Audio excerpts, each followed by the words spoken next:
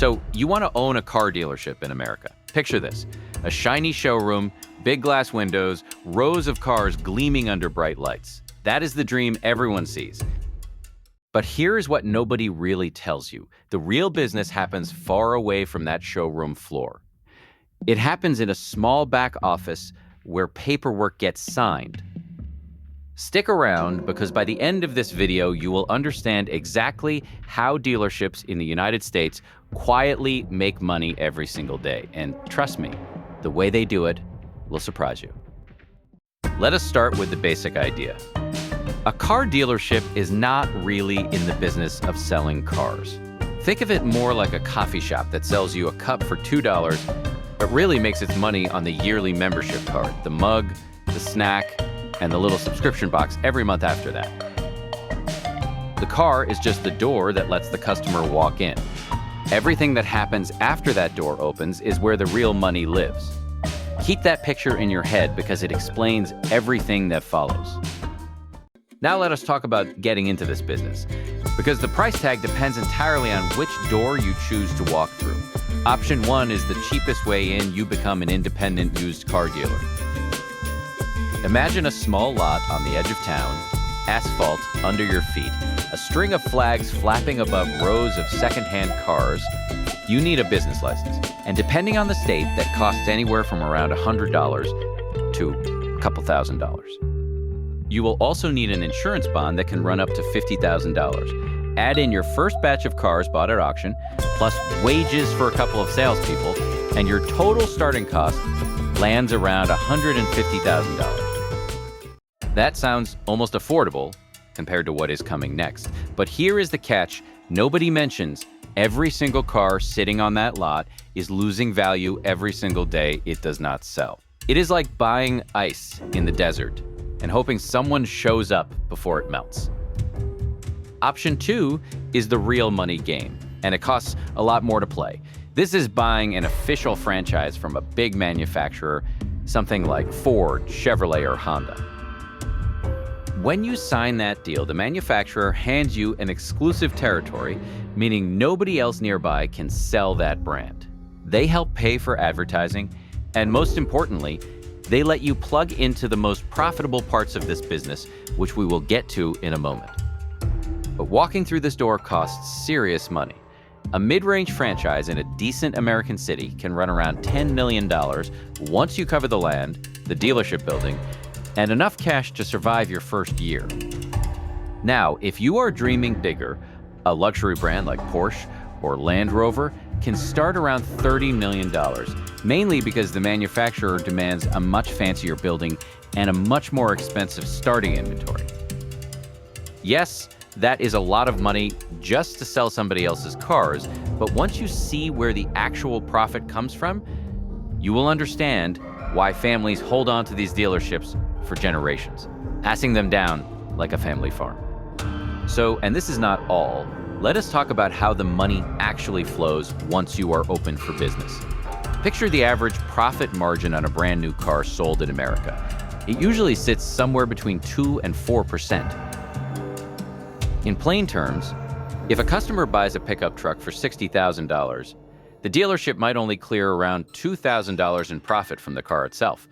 That is barely more than what a barista might earn behind the counter that same week. Not exactly the fortune you imagined, but here is what nobody really tells you. That thin slice of profit on the car itself is just the appetizer. The real meal comes from 4 other places. The first hidden pocket of profit is called a holdback, and once you understand it, you will never look at a car salesman the same way again. Manufacturers quietly agree to send a percentage of the sticker price back to the dealership every few months, almost like a rebate that only the dealership knows about.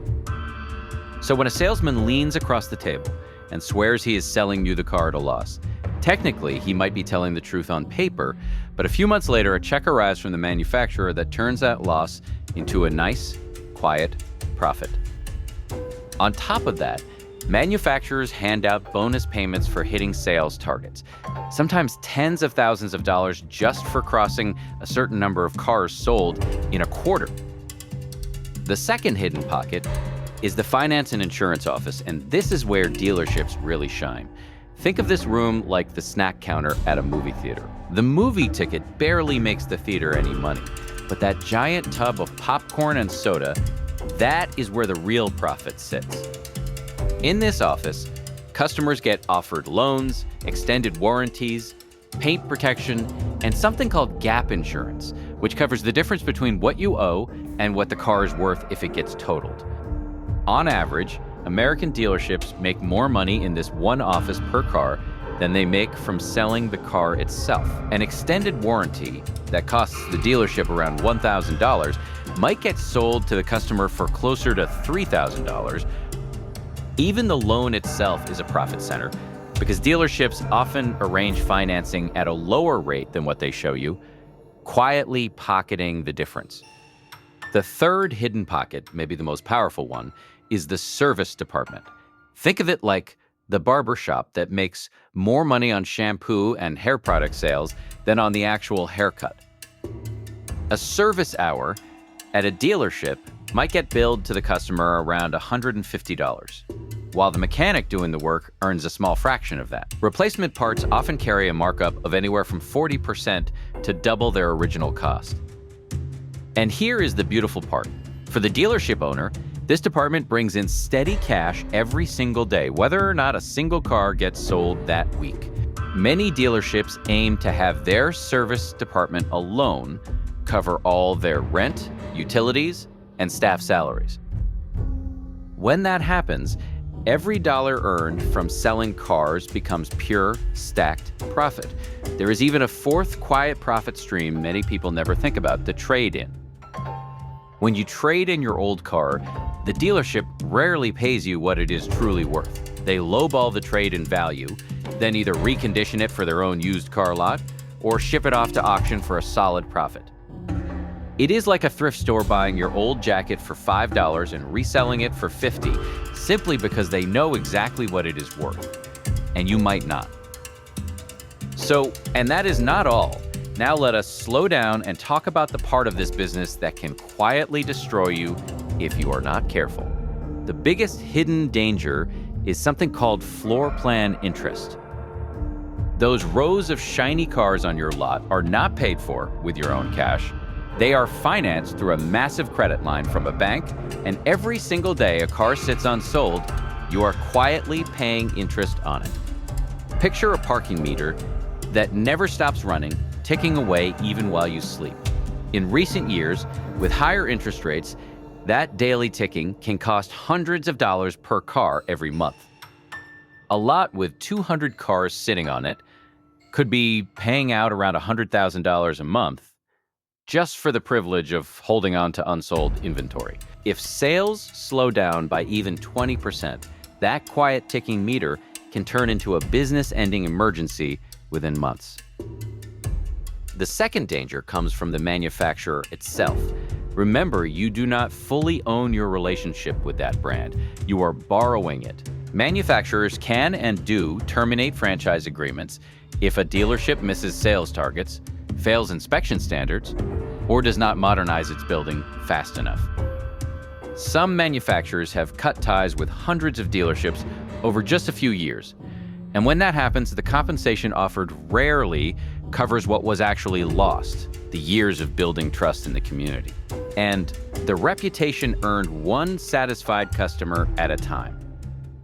The third danger is regulation. And in some states, this can get brutal. In California, for example, tough labor laws allow a single employee to file a lawsuit on behalf of every other worker in the state for even minor violations. A single lawsuit like this can cost a dealership millions of dollars. This has pushed some dealerships to simply leave the state entirely rather than risk it. And then there is the danger that keeps dealership owners up at night, the shift toward direct-to-consumer sales. Certain electric car makers have spent years fighting state laws just to sell cars straight to customers, cutting dealerships out of the picture completely. In many states, they have already won that fight, and the trend keeps spreading.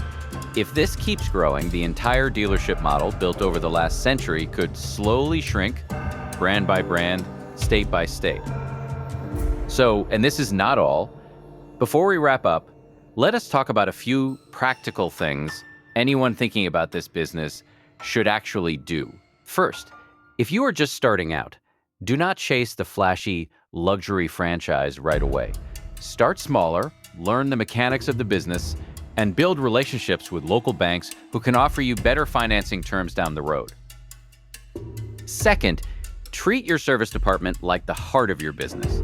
Not an afterthought, it is the steady heartbeat that keeps everything else alive during slow months. Third, watch your inventory like a hawk. Do not let cars sit too long on your lot collecting dust and draining you with interest payments. Move them, discount them if you have to, but do not let that meter keep running. Fourth, before signing any franchise agreement, read every single clause about termination rights and get a lawyer who understands this industry specifically. And finally, keep your eyes on where the industry is heading, because the businesses that survive the next 20 years will be the ones that adapt early instead of waiting to be forced. Here is the truth about this business and about America in general. The dream on the surface always looks simple, shiny cars, a friendly handshake, keys handed over with a smile. But underneath every single big business in this country, there is a system, layers of profit stacked on top of each other, hidden in places most people never think to look. The people who win in this game are not the ones who avoid complexity. They are the ones who take the time to understand it fully before jumping in. That is true whether you are talking about car dealerships, restaurants, or any other business you might dream about starting one day here in America.